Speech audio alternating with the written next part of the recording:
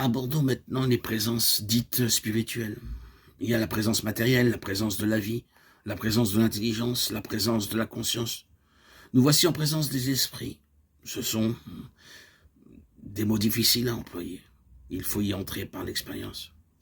Il s'agit toujours d'expérimenter certains types de présences qui, à certains moments, nous enveloppent, nous clarifient.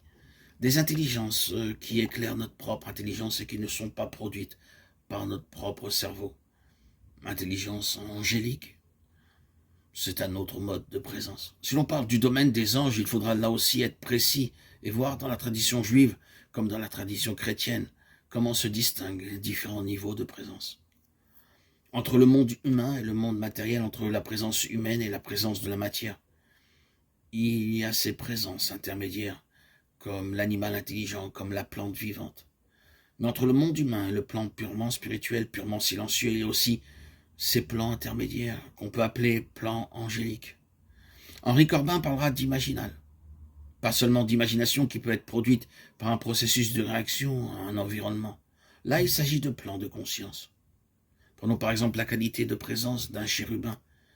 Dans notre conscience, c'est une qualité d'innocence. C'est pour cela que les artisans les ont représentés comme des enfants. C'est une qualité d'innocence et de vision.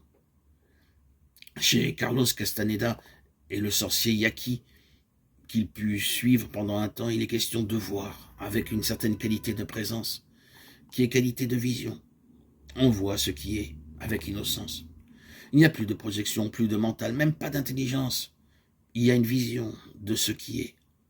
Dans la tradition, c'est ce qu'on appelle l'expérience du chérubin, de notre être, une présence de clarté, d'innocence, de simplicité.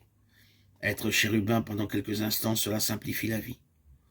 On voit ce qui est, rien de plus, rien de moins. Il y a une autre qualité de présence qui nous visitera davantage au niveau du cœur, les séraphins.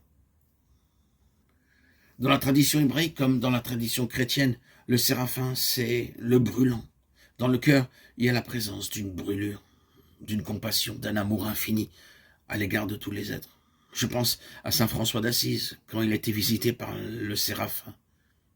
Il en a eu des stigmates. Une brûlure qui ouvre, qui fait que l'homme est ouvert. Le Christ l'habitait par cet amour brûlant. L'être se donnait à travers lui. Il se donne en perçant les portes de la perception, en perçant l'humanité.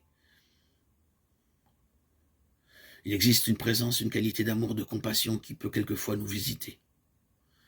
Nous trouvons là dans les mondes angéliques sur lesquels il y aurait beaucoup à dire.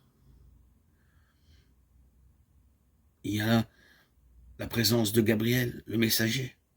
Une information nous est donnée, une nouvelle nous est annoncée. On se demande d'où cela vient, mais on comprend qu'on est guidé. Et quand vos amis vous demandent « Pourquoi es-tu allé par ici plutôt que par là ?» Alors on balbutie, on n'est plus dans le domaine des mots. Mais comme cela fait partie de l'expérience, certains mots peuvent en rendre compte. On peut sentir la présence de l'ange. Je ne sais comment le dire autrement, qui nous a orientés dans telle ou telle direction. Pour un thérapeute, ceci est important. Il y a des choses que l'on ne peut pas dire à quelqu'un. Il faut pour cela lui envoyer un ange. Si la personne écoutait avec ses oreilles extérieures, elle ne le supporterait pas. Mais cela passera par l'ange. Cela se vérifie. Ce qui a été dit intérieurement à cette personne, en se confiant à cette qualité de présence, va se communiquer. C'est une énergie subtile. Quand on parle du monde des présences, on est toujours dans le monde des énergies. La vitesse la plus lente de ces énergies, c'est la matière. La vitesse un peu plus animée, plus subtile, c'est le végétal. On est toujours dans le monde des énergies subtiles, mais qui se communiquent. Ce sont bien des présences réelles. Pour le thérapeute, il y a la présence de Raphaël, qui veut dire Dieu guérit. L'être se rend présent de façon guérissante, de façon thérapeutique. Raphaël n'est pas celui qui donne des médicaments, mais celui qui accompagne quelqu'un sur le chemin, qui va lui permettre de trouver ses propres remèdes.